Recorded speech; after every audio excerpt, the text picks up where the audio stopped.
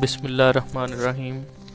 السلام علیکم۔ آج کا ہمارا عنوان ہے کردار کشی اور رازداری کے حقوق۔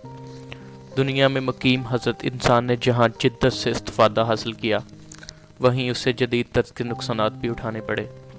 یوں تو برسوں پہلے بھی کسی حد تک انسان کی رازداری غیر محفوظ تھی اور انسانی کردار پر انگلیاں اٹھانے والے بھی موجود تھے، تاہم وقت کی رفتار کے ساتھ کردار کشی میں بھی جدت آ گئی، اور اسی فضاء میں مخلوق انسان کی ذاتی رازداری بھی پہلے سے زیادہ غیر محفوظ ہے۔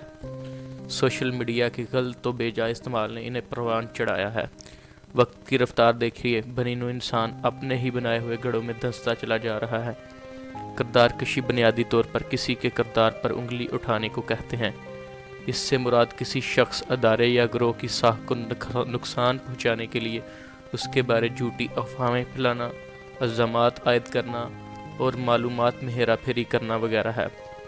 زمانہ قدیم میں لوگ ذاتی رنجش یا حسد کی بنا پر کسی کی کردار کشی کیا کرتے تھے، جو محض ایک محلے میں مقیم چند شخصیات تک محدود ہوتی تھی، مگر وقت کے ساتھ ساتھ کردار کشی کا دائرہ کار وسیع ہوتا چلا گیا۔ لوگ زبانی کہانیاں گڑھنے لگے، تقاریر کے ذریعے محفلوں اور پنڈالوں میں کردار کشی کا سلسلہ کار بڑھنے لگا۔ نفرت کے بیپاری اس کی آگ کو سلگانے لگے۔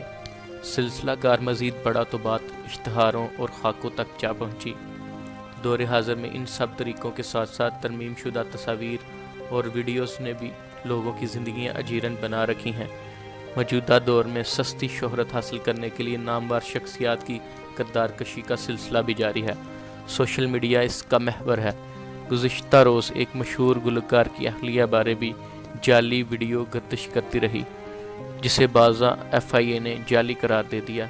ایسے ہی کئی سپر سٹارز کی زندگیاں کردار کشی کا نشانہ بن چکی ہیں۔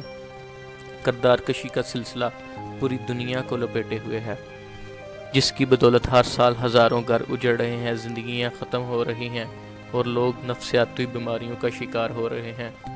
کردار کشی کے منفی نتائج معاشرے میں مزید برائیوں کو فروغ دے رہے ہیں۔ کوئی بھی مذہب اور آئین کردار کشی کی اجازت نہیں دیتا۔ اسلام نے بغیر کسی گواہ کے کسی پر الزام عائد کرنے کو گناہ قرار دیا ہے۔ سورۃ نور میں اس کی تفصیل موجود ہے۔ کردار کشی ایک قسم کی بہتان تراشی ہے، اور بہتان تراشی ایک سنگین گناہ ہے۔ بات رازداری کی ہو تو یہ ہر شخص کا بنیادی حق ہے کہ کسی کی ذاتی زندگی میں دخل دینا کبھی عمل ہے۔ دنیا بھر میں ہر مذہب، معاشرہ اور آئین لوگوں کی رازداری کا خاص خیال رکھتا ہے، حتیٰ کہ حکومت، ایجنسیوں اور دیگر قانون لاگو کرنے والے اداروں کو بھی یہ حق حاصل نہیں کہ وہ بغیر اطلاع کے کسی کی ذاتی زندگی میں مداخلت کریں، کسی کی جاسوسی کریں اور حرکات پر نظر رکھیں۔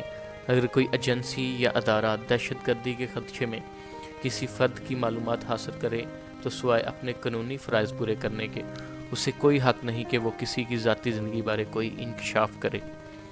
دیگر ممالک کی طرح جہاں جدید انٹرنیٹ اور سوشل میڈیا کے نظام نے لوگوں کی رازداری کو افشا کرنے کا سلسلہ کار بڑھا دیا ہے، وہیں پاکستان بھی اس کی لپیٹ میں ہے۔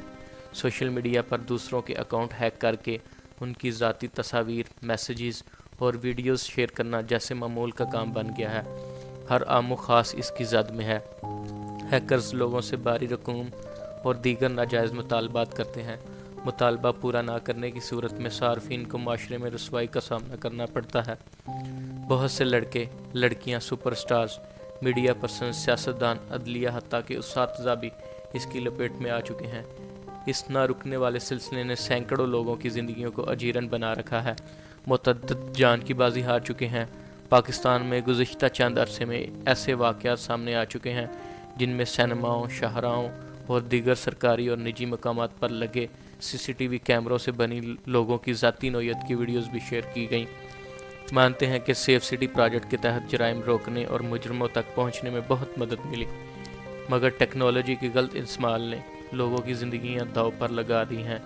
اگرچہ شیئر کی جانے والی ویڈیوز میں نازیبا حرکات موجود ہیں، تاہم اس کا ہرگز یہ مطلب نہیں کہ انہیں سوشل میڈیا پر شیئر کیا جائے، بلکہ ایسے عمل کو لوگوں تک پہنچائے بغیر اس پر قانونی طریقہ سے بھی کام کیا جا سکتا ہے۔ تاہم شیئر کرنے والوں کے ارادے کچھ اور ہی ہوتے ہیں، اور اس عمل کی ذمہ داری بھی انہی پر عائد ہوتی ہے۔ اسی ضمن میں گزشتہ روز سے لاہور ہائی کورٹ میں سلمان صوفی کی درخواست کو سماعت کے لیے مقرر کیا گیا۔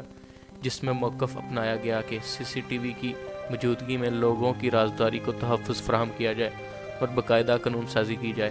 یہ اس نوعیت کی شاید پہلی درخواست ہے۔